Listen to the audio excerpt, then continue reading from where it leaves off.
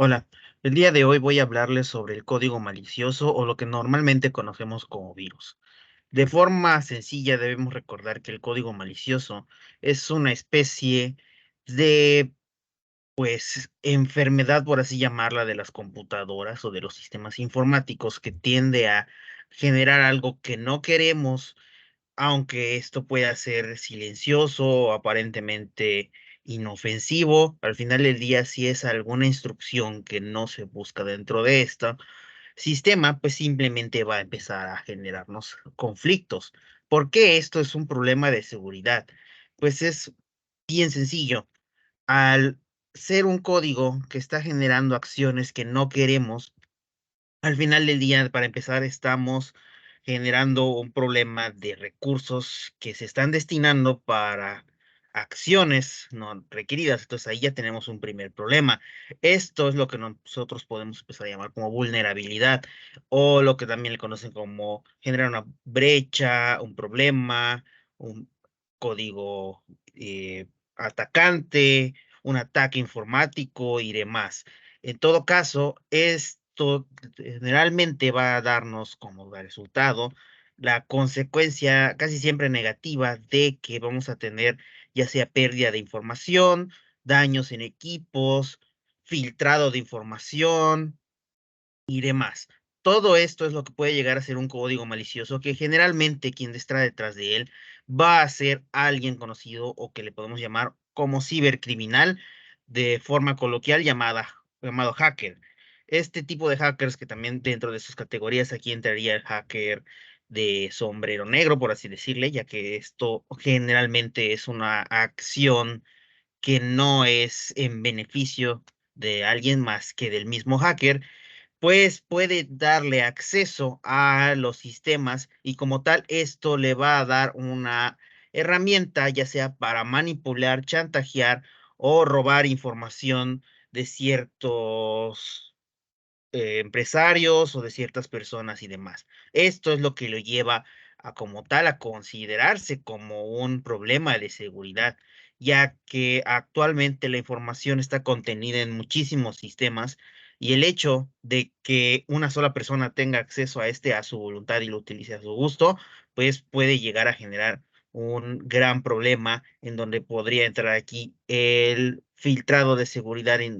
o de información industrial, secretos de la empresa, secretos de la persona, acoso y demás. Esto tal cual, o en sí el código no es quien va a generar esto, sino la persona detrás, pero conlleva a todos estos problemas que pueden llegar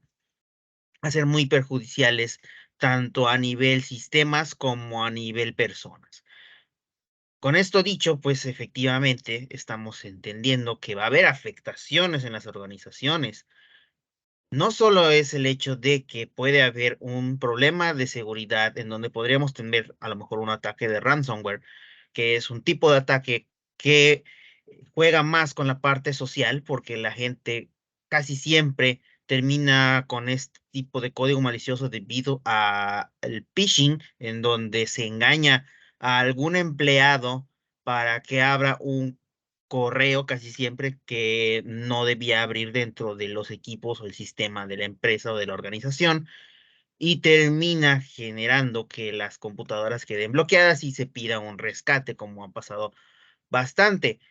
Esto, por el mero hecho de ya perder todo el sistema, que ya va a representar un costo de refinanciar el sistema o de incluso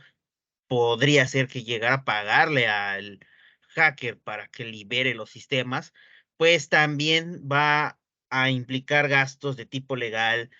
tipo de regulación, de tipo técnico, todo lo que tiene que hacer la empresa para recuperar la información perdida, los sistemas que tal vez incluso no hayan sido secuestrados y no destruidos, por lo que pudiera ser un tipo de código malicioso que se puede conocer como el gusano informático que va a destruir información.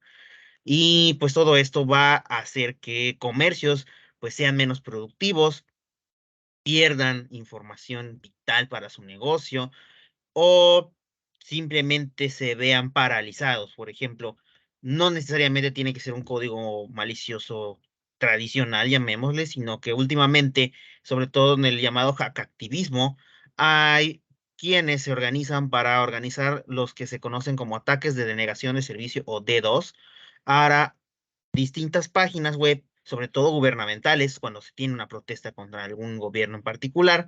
y que prácticamente nadie puede acceder a estas plataformas, perdiendo entonces los ciudadanos tal vez algún trámite y demás, que esto se vuelve algo molesto, pero pues específicamente hablando de lo que es el gobierno, pues va a perder tal vez recaudaciones que pudiera estar recibiendo por parte de los usuarios o de los ciudadanos en línea. ¿Qué genera esto en la parte del gobierno? Casi siempre son quejas y problemas, sin embargo, los gobiernos no se ven como tan afectados al final del día, en el sentido de que con las infraestructuras que deberían de ya tener y pues con el ingreso por parte de otras fuentes de ingreso, como puede ser otros tipos de impuestos, que no estén ligados a los sistemas, pueden recuperarse, pero si estamos hablando de una empresa y sobre todo de una empresa informática,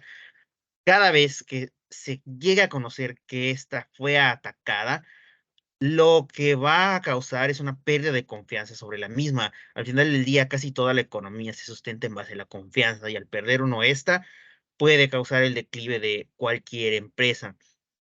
Esto puede llevar a consecuencias y a pérdidas multimillonarias. Por ejemplo, tenemos el caso que se dio hace unos años de un gran problema que tuvo Sony al perder muchísima información y que prácticamente tuvo paralizados sus servicios en línea en cuanto a lo que es videojuegos por alrededor de 3 meses, en donde enfrentaron consecuencias tanto legales como económicas. Este es solo un caso, específicamente hablando de una empresa privada, pero todas las empresas siempre pasan por lo mismo. De ahí es que a veces las mismas empresas organizan una especie de torneos para saber si pues alguien puede encontrar vulnerabilidades a su sistema, que no siempre estas van a aparecer frente a sus ingenieros o a sus técnicos de desarrollo, sino que alguien puede tener mayor creatividad y buscar estas dichosas puertas traseras donde uno jamás se pudiera imaginar. ¿Esto es un problema específico de la gran empresa o del gobierno? No. Esto puede afectar también a pequeños negocios. Al final del día, los criminales no van a medir contra quién atacan, sino que van a atacar de forma masiva casi siempre y a quien caiga van a empezar a afectar. Entonces, ya sea una empresa con 10 o 10,000 empleados, todos pueden tener problemas. Tal vez la cantidad de daño económico no sea tan grande en una pequeña empresa, pero eso no significa que no haya una afectación, sobre todo si esto afecta a varias pequeñas empresas en un conjunto. ¿Qué tan común es que las organizaciones consideren esto como problemas y qué pueden hacer para evitarlo? Esto es más bien un tema cultural. En el- Hablando de nuevo en cuanto a organizaciones, la mayoría de las grandes empresas ya hacen grandes inversiones para evitar verse afectados por ataques de denegación de servicio, por vulnerabilidades, revisar que sus sistemas sean lo suficientemente robustos para soportar este tipo de acciones. Y uno pensaría que tal vez la pequeña empresa no estaría tan preparada, pero también hay soluciones que no son descabelladas en el sentido de los costos que representan esto, sino que por una mínima inversión puede tener alguien una seguridad mínima, por así decirle. En el caso del sector gobierno, es mucho dependiendo de las políticas y de la cultura que se tenga en un país o en una región específica, de si están dispuestos a permitir esto que les estoy mencionando. ¿Por qué? Porque la sociedad es la que al final decide esto. Si la sociedad no tiene una cultura de ciberseguridad o de conocimiento de tecnologías de la información y cómo estas se ven afectadas, al final del día puede que, pues como no sé qué es, no le voy a invertir algo al respecto. Entonces, en el momento que suceda es cuando ya reaccionar, es el llamado caso del reaccionar cuando el niño ya cayó al pozo. Esto pasa también en el sector gobierno, en donde hay gobiernos que tienen una política más afín hacia el desarrollo y la inversión de infraestructura tecnológica, y hay gobiernos con ideologías que van totalmente en contra. Al fin y al cabo, esto sí se ve reflejado, sobre todo en las empresas de sector tecnologías de la información, pensando en gigantes como Microsoft, Amazon o Google. Todos tienen tal cual departamentos que se dedican prácticamente las 24 horas del día a revisar que todos los sistemas estén operativos y que tengan seguridad. Y si vamos reduciendo los niveles, pues desde el simple hecho de tener un antivirus o una solución de antivirus, ya alguien con un pequeño negocio puede estar dando un gran paso. Al final del día, la mayor vulnerabilidad que va a existir siempre va a ser el factor humano o la parte humana, ya que es más que nada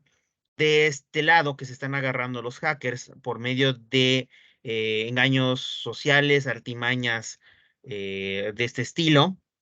que pueden llegar a engañar a ciertas personas, sobre todo aquellas que tal vez no tengan esa cultura de las tecnologías de la información o de la prevención en cuanto a qué puede ser seguro o qué puede ser inseguro, y de allá se aprovechan. Y esto va a estar presente siempre en cualquier empresa de cualquier tipo si no se tiene este plan de, pues, mantener a los empleados capacitados e informados de los riesgos que conllevan estos ciberataques y los virus en general. ¿Qué más puede proteger a las personas y a las organizaciones en ello? También está, volviendo del lado político y del sector gobierno, pues el tipo de regulaciones oficiales que puedan existir al respecto. En el caso particular de los Estados Unidos mexicanos, tenemos, por ejemplo, en el Diario Oficial de la Nación, distintas leyes, como puede ser, por ejemplo,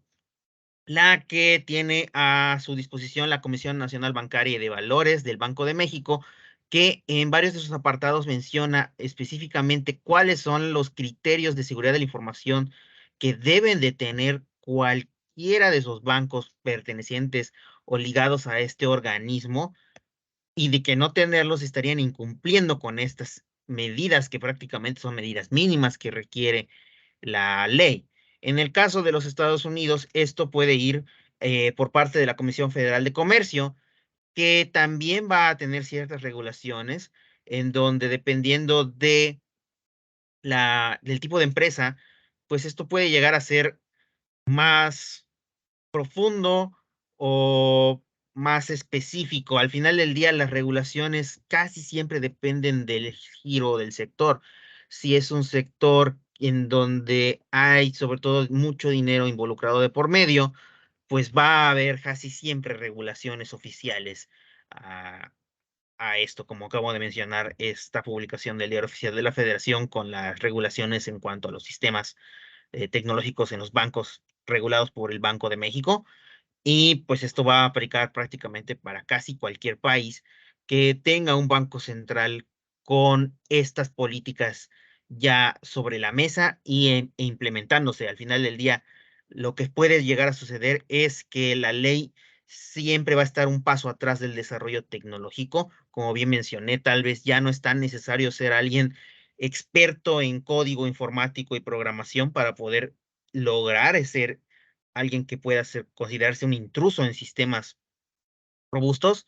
sino que simplemente tiene que hacer un ejercicio de ingeniería social y de un spam masivo de correos para poder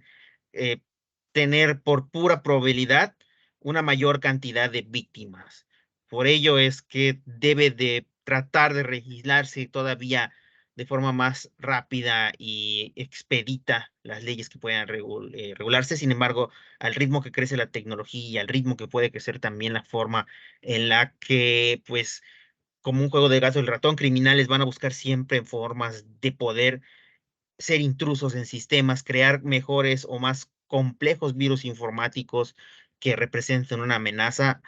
y pues a su vez las empresas van a tratar de defenderse de los mismos y tratar de adelantarse a lo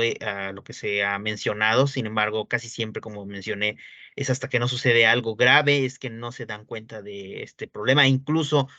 tienden a repetir errores. Mencioné hace un momento el caso de la empresa Sony, que no ha subido solo un hackeo, sino que ha tenido filtraciones masivas, y casi siempre son por esta parte de ingeniería social, en donde sus empleados más débiles, que tal vez no fueron capacitados e informados al respecto, son los que caen y causan este tipo de situaciones. Al final del día, lo que podemos decir como una conclusión y un consejo es que todas las personas deben de estar